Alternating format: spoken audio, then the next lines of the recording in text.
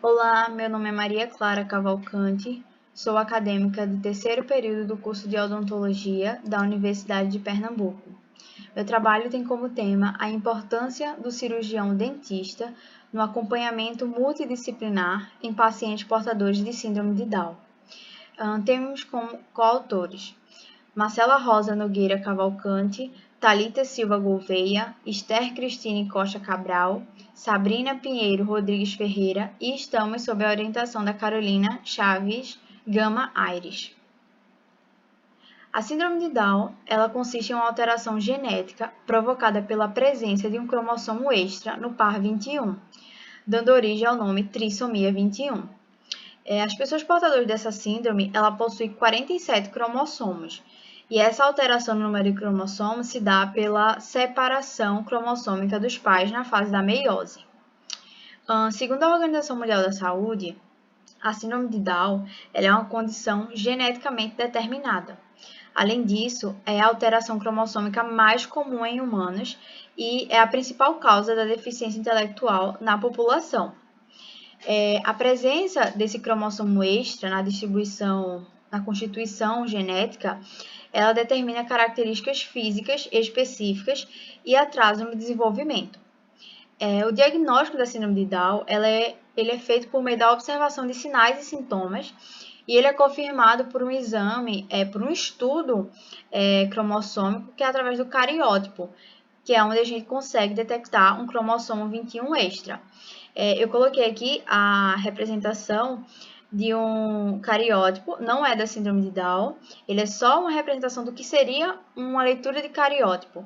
Então, na síndrome de Down, ele ia ter todos os cromossomos, os parzinhos, e aí no 21 ele ia ter um a mais, ia ter 3.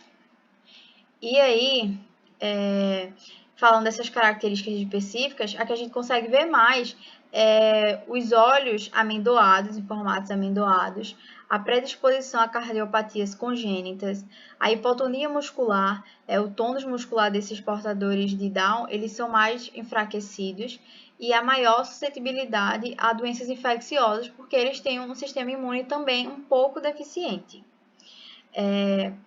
Trazendo um pouco para a área da odontologia, eu separei algumas características que a gente consegue ver em pacientes com a síndrome, que são a micrognatia, que é a mandíbula menor que é normal, a hipotonia, com tendência a protruir a língua e aí permanecer com a boca aberta. Por isso que quando a gente vê aqueles pacientes com a boca aberta, é porque a língua está mais para frente, ela está protruída, vamos dizer assim.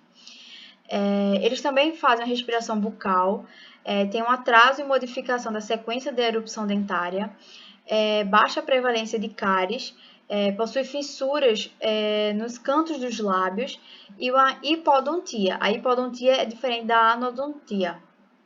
A hipodontia é uma anomalia que também afeta o número de dentes, mas você vai ter só uma perda de até 6 dentes. A anodontia você tem ausência de dentes e a hipodontia até 6.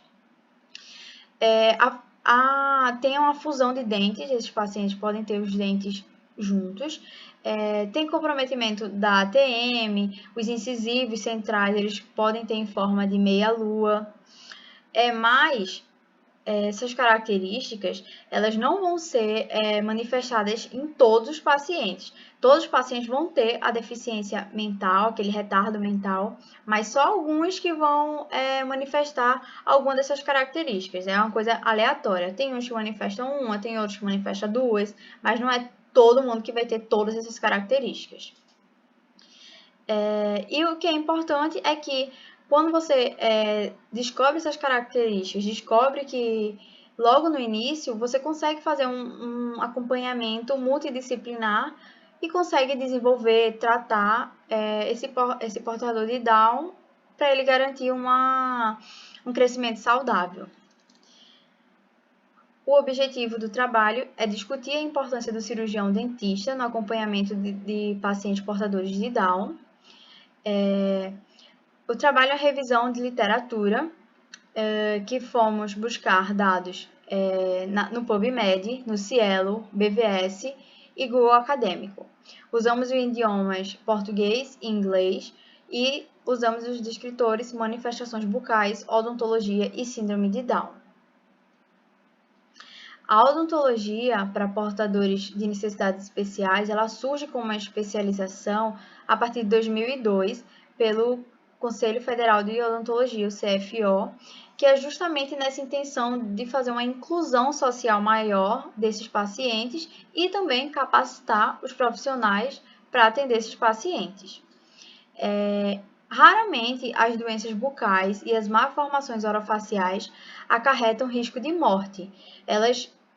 Basicamente, elas vão interferir em reações sistêmicas, riscos sistêmicos. Então, elas vão provocar um quadro de dor, de infecção, complicações respiratórias, problemas mastigatórios, mas nada muito letal, vamos dizer assim. E ao realizar o tratamento, o dentista ele precisa estar ciente de duas coisas. Primeiro, como vai ser a psicologia dele para conduzir esse paciente no seu consultório. Como é que ele vai criar esse laço para poder o paciente também confiar no profissional.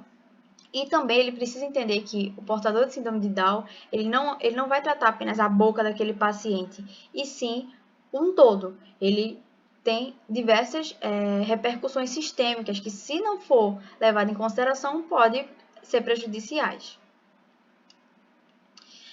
Os problemas odontológicos, eles são bem frequentes nesses pacientes, tendo a baixa incidência de cárie e de uma alta incidência de gengivite. São os dois problemas mais comuns.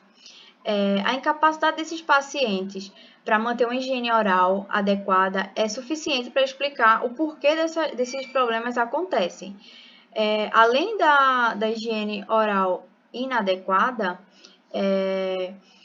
há uma somatória de outros fatores, como a dieta cariogênica, a higiene oral precária, efeitos farmacológicos e respiração bucal vão levar tudo às manifestações orais.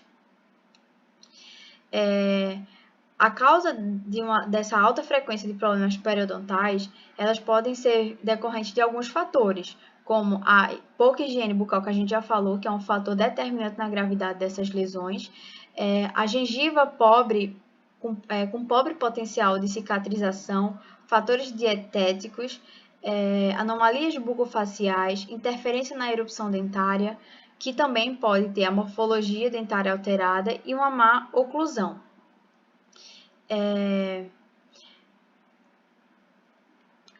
Embora tenha esse alto índice de gengivite e periodontite, da doença periodontal, ela não vai ter um alto índice de cárie. Por quê?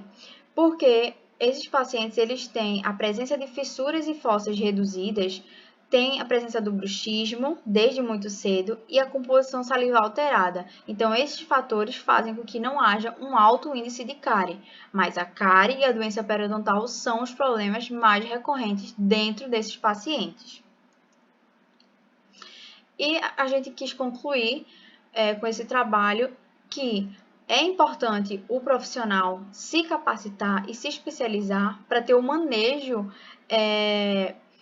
desse paciente, de como ele vai tratar esse paciente, de como ele vai customizar esse atendimento, porque ele não pode tratar um paciente portador de uma síndrome igual ele trata qualquer pessoa.